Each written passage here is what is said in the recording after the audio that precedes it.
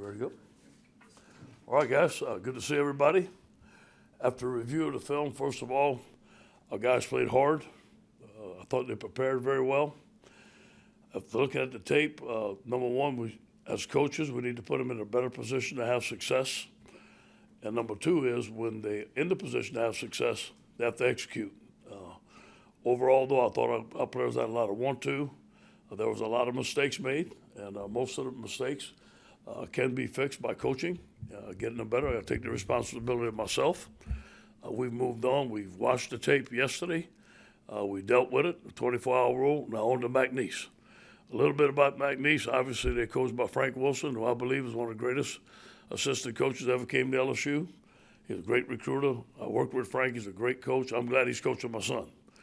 I'm glad we're playing McNeese. I love playing in-state schools. I think that is good for the state, and we're glad that McNeese is coming to LSU.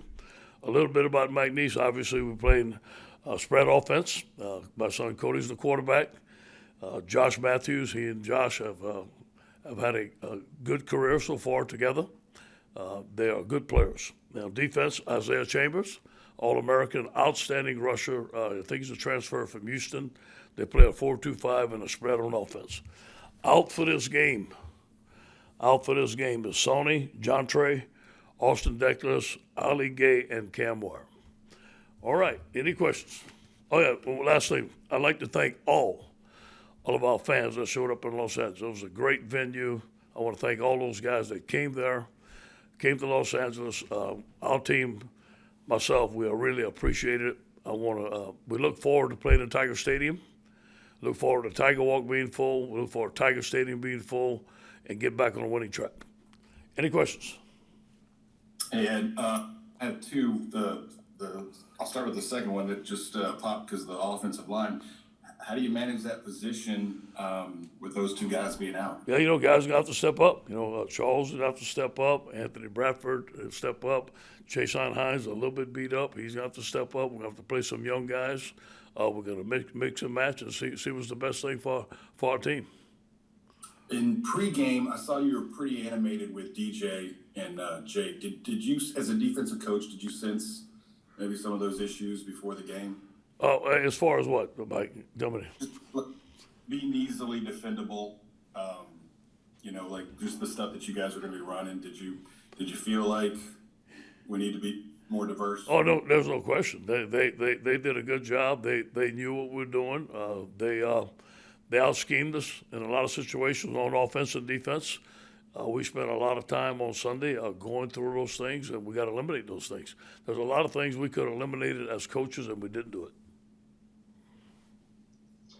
Hey, Coach, a lot of the offensive linemen, obviously you recruited, other big schools wanted them too.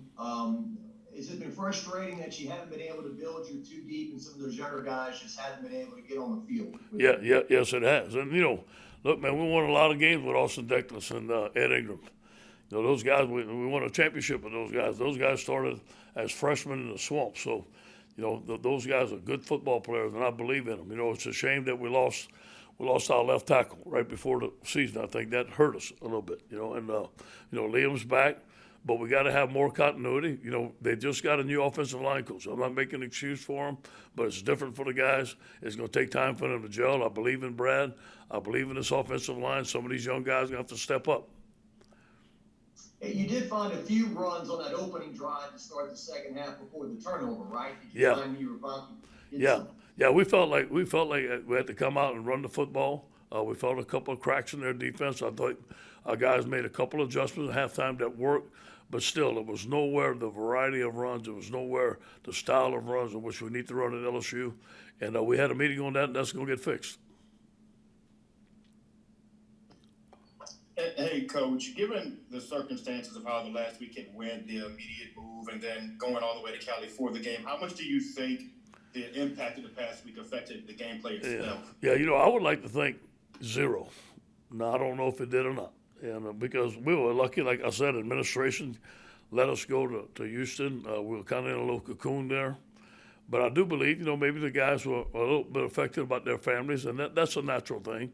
But I felt like we had good practices. I felt like we traveled well.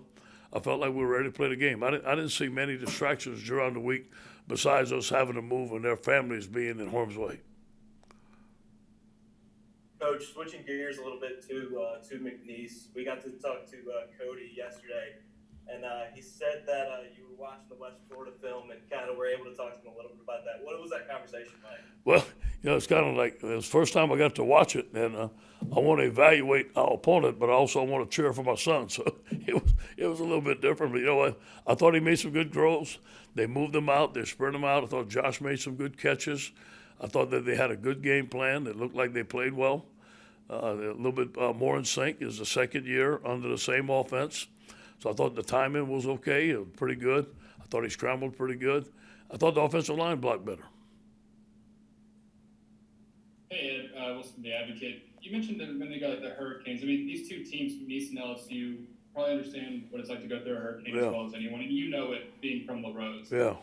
How do you deal with that? Just seeing your hometown be affected by that, and seeing so many people in a state that you know so well be affected by these things. Yeah, I wanted to use an internal motivation. I wanted to win for them as bad as anybody, and I'm more disappointed in the loss than a lot. And but you know what? You got when you start playing for that and stuff like that, it kind of gets out of why you're playing the game. You know, you got to play the game to win and focus on the fundamentals.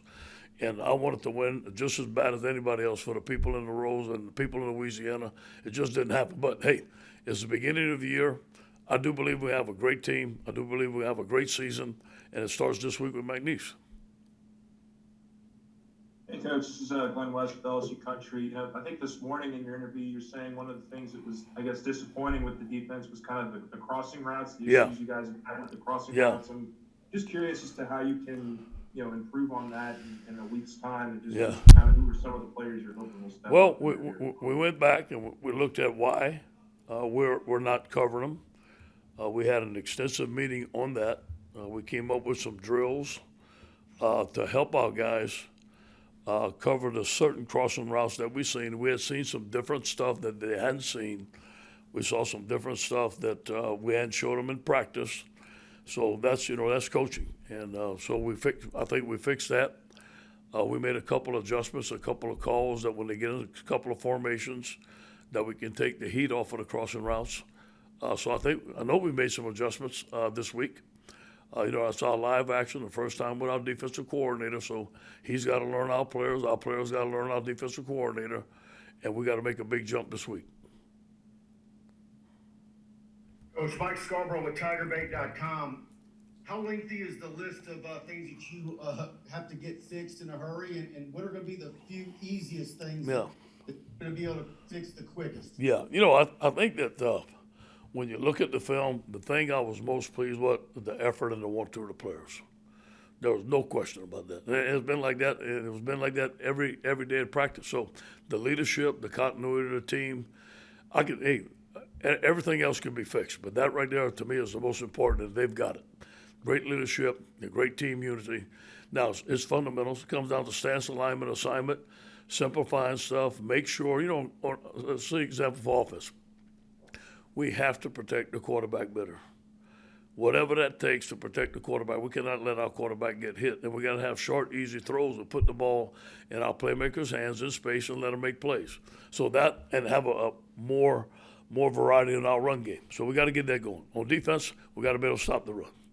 Whatever that takes, whatever we got, gap football, whatever it takes to stop the run, we got to do that and eliminate the explosive plays. We had 11 explosive plays, and that's way too many. Yeah, just to kind of follow up on the offensive line. I mean, is there like a clear thing that's pinpointable that needs to be fixed, or is it more just about continuity and guys needing time together? I think there's some. We need to help them out in the variety of runs that we run. I think if you only run one or two runs, people are going to key in. They know what you're running. They're going to overload the box, and they practice those runs, and here they are. And, they get coached too. I think that the more we can get the ball outside with our players, the more we can have gap schemes, the more we can help our offensive linemen out, the better we're going to be. I think it starts with us as coaches. We got to help them out.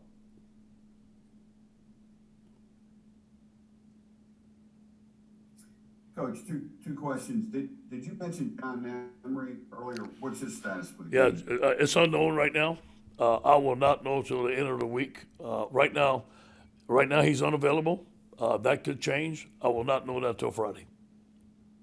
And it looked like you were kind of kidding when you were talking to the guy before the game as you walked in. Were you just kind of kidding around, or did he make you with what he said about the previous UCLA game you had? No, that was all in fun. All that wasn't fun. Gotcha. Hey, Ed, Sheldon Mickles at the Advocate. I know it'd be more fun if you had won this past week, but how special and unique is it to go against your son?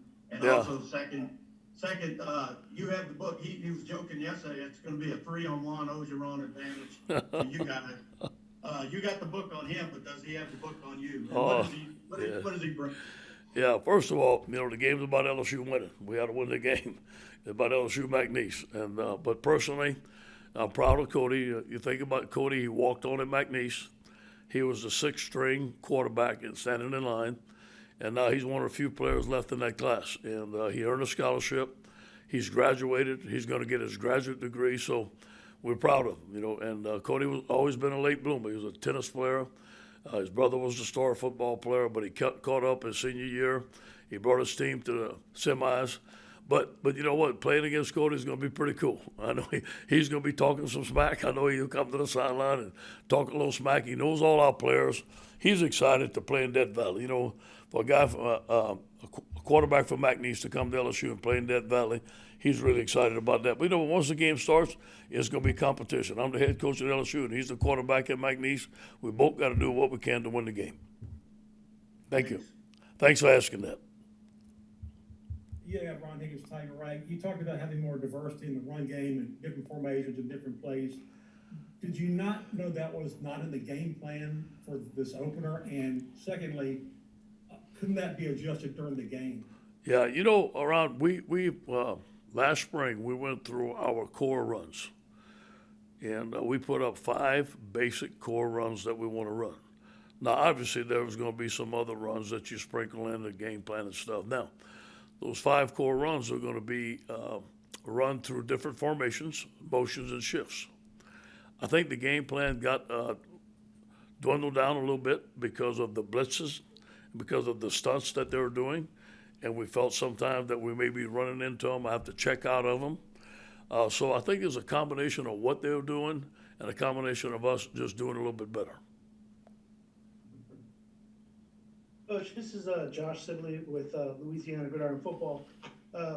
You had spoken previously about limiting the RPO with Max, and I know you wanted to limit the possibility of injury, but do you plan on allowing Max to use his legs and run the ball a little bit more? Yeah. And also to follow up, do you think it limited Max last week too much to not have that ability? First of all, we never told him not to run. Okay, and he could have run anytime he wanted to if he needed to scramble. We need to run a couple of more zone read options with him. We ran some, and there were some situations that I think he could have pulled it, and he could have outran the guy. So I think it's a combination of both, but no way did we mean to limit Max's mobility and him extend plays with his feet. Anytime he felt the need to scramble or run, he has the freedom to do that. Nobody told him not to run. But we're not going to run quarterback powers with him, quarterback leads, and just have a quarterback run offense. We're not going to do that. Hey, Coach, it's Brent Martell here with AP. How are you? Good. So I'm just curious about just the psychology of a dad when you think about all the ways and the language you've used to implore defensive linemen. I know that's your specialty to get after the quarterback. Yeah. You're probably pretty passionate in the way you've tried to convey that at Yeah. times. When the guy you're telling him to basically pile on top of this, how do you deal with that? I mean, is it challenging? Yeah, it is challenging, but I'm a coach the way I know how to coach. And I may tone down a couple of words I use because it is my son. But besides that, Cody knows we're coming, man. Hey, we're hungry. We have this taste in our belly, and we're coming, and McNeese is on our way. He understands that. Yeah, Ron Higgins again. Can you say, not naming names, but how many players were suspended for this game? I just told you the guys that are unavailable, and that's unavailable. I mean, and when you look at suspensions, do you kind of space them out for non-conference games most of the time? That's what you try to do? No, we can't do that. Yep. We can't do that. Yep. Okay. Good question. Hey, Coach, this is Shea Dixon with 24/7. Is coming off a game like that and going into a game like Nice, is this a time where, as a coach, you kind of want to get some other guys out there in spots and see what they look like, or is it more about let's keep moving forward with the guys we had and try to clean things up from there? Yeah, just moving forward, the guys we have, let's play. We got to play. We got to play better. And obviously, you never can tell. McNeese is going to come in here and give us a game. Look, hey, the 2019 team, I think, Northwestern had us at halftime or something like that. These guys are going to come play their best game. There is no planning on pulling back or nothing like that. We got to get better with our football team. So, however the game goes, now if we can put guys in at the end or whatever, we can put them in. But we got to play our best to beat McNeese. We got to play our best to get this taste out of them out and start feeling good. Sorry. Oh, I was going to say with one more, just what did you think of Besh and Brian Thomas? I know they didn't get a ton of looks, but did you see enough to think those are guys that are going to help you out this year? Excellent. Excellent. They've been excellent in camp, all our young receivers. And Besh made some good plays, made some good catches. Brian Thomas looked like he belonged out there. We need to play him more. And just to injury things, Jay Ward, Jared Small, what's their status? I think Fox reported that Jared is out for the year. Jared will be out for the year. No question about that. I'm not sure about Jay Ward yet. We're going to see it then. He's questionable. I would list him doubtful for this week. We'll see. But I'll know more about Friday. Coach, how wild is it that Bobby Hebert, the quarterback, had the lineman's son, and you, the lineman, had the quarterback? That's a good question, Glenn. I can't figure that out. But I never thought of it that way. That's funny.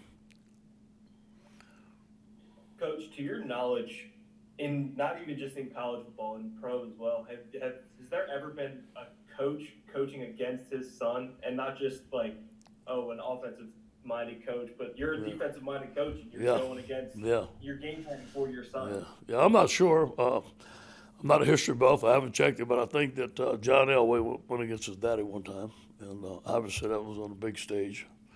And no, I don't know of any instance that has happened. I'm looking forward to it. Bobby April is a mentor of mine. He said, "Man, enjoy this. This is a special moment," and it is.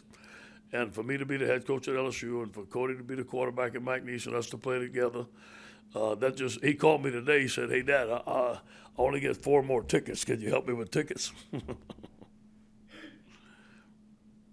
Hey, Coach, watching the tape, when Max got the ball out on time, y'all had some success. Yeah. Did you see some positive things that you can build on? Oh, yeah. You look at we came out there smoking, man. It looked like offense. We were going, and all of a sudden, we started getting pressure on the quarterback.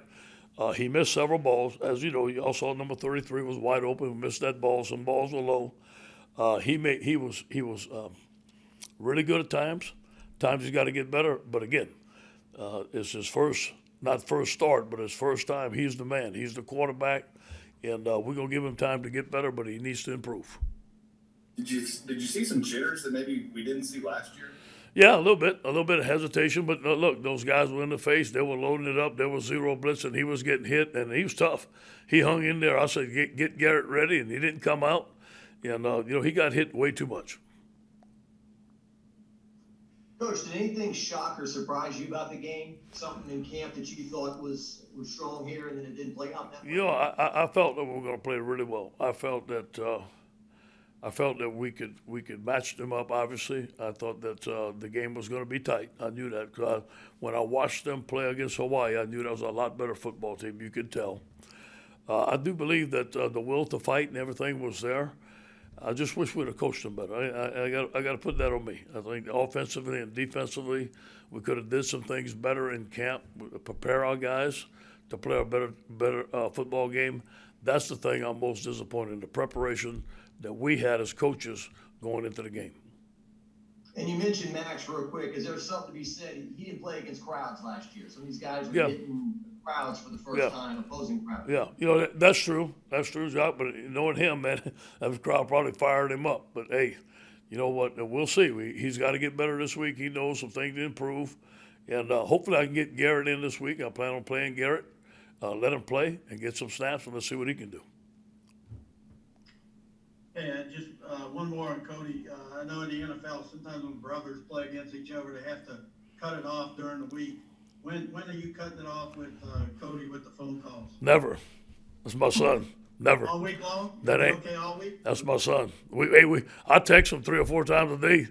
We call 3 or 5. Me and Cody are best friends, so that ain't never gonna stop. Thanks. Thank you.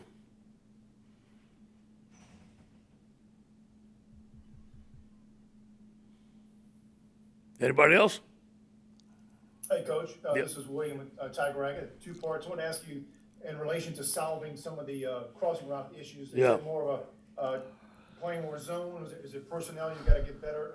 Get different personnel on the field. Well, as far as the crossing routes, I do believe is zone. You know, sometimes we have some match zone principles that we have to look at, see if our guys can trust their keys and get it. They were showing some different keys that were putting them in a confusing situation that was allowing those crossing routes. And we looked at it, and we looked at the terminology and what we're doing. So we fixed a couple of things this week. We made some adjustments if they get that look again, and hopefully that we can cover them. And second of all, just any consideration that you might want to get Nussmeier a series or so, and maybe Corey Kiner a series, that kind of thing? Yeah, no question. I want those guys to play. Kevin wanted to put in Corey last week, but it just wasn't an opportune time. The kid deserved a chance, but we just couldn't afford him going in there with the game like it was. Those guys I plan on playing this week for sure. Yeah, Brett wanted me to ask you if you'd ever had a opposing quarterback ask for extra tickets. No, I never had no way. That is fun. I had a question, and it goes back to the coaching, and I just wonder how much of this can you really only fix in hindsight? And, you know, at the beginning of the year, you said you wanted to be more involved and you were going to fix the things when you saw them go wrong. Yeah.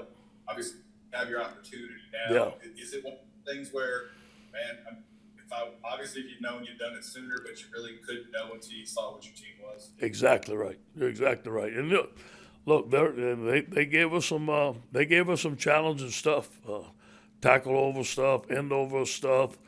Almost every down was a slide to front, adjust the back end, and they were going fast. So it was a challenging offense. We knew that going into it.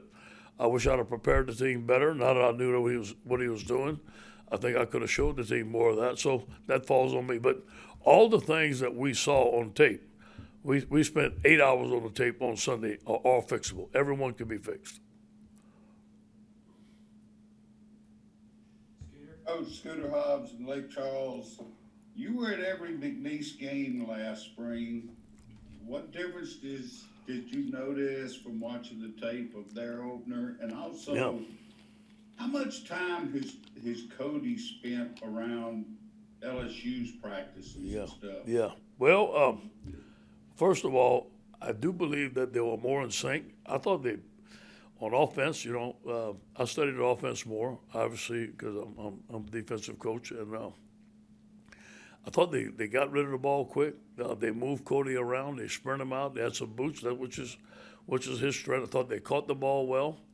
I thought they had a good plan. Cody comes around here all the time. Our players love him. He's at our practices. He comes to our practice. Frank Wilson, their staff came to our practices. Cody comes throw the football on the field here. So he's a member of my family, just like anybody else. He's around. Hey, Coach, this is Josh Sibley again. What is the status of Coy Moore? He seemed to have success on big third down in the first half, and kind of seemed to disappear in the second. Yeah, well, he doesn't need to disappear. We need to find him, and he's good. He's okay. Yeah, he had a nagging injury throughout the summer, but is fully healthy now.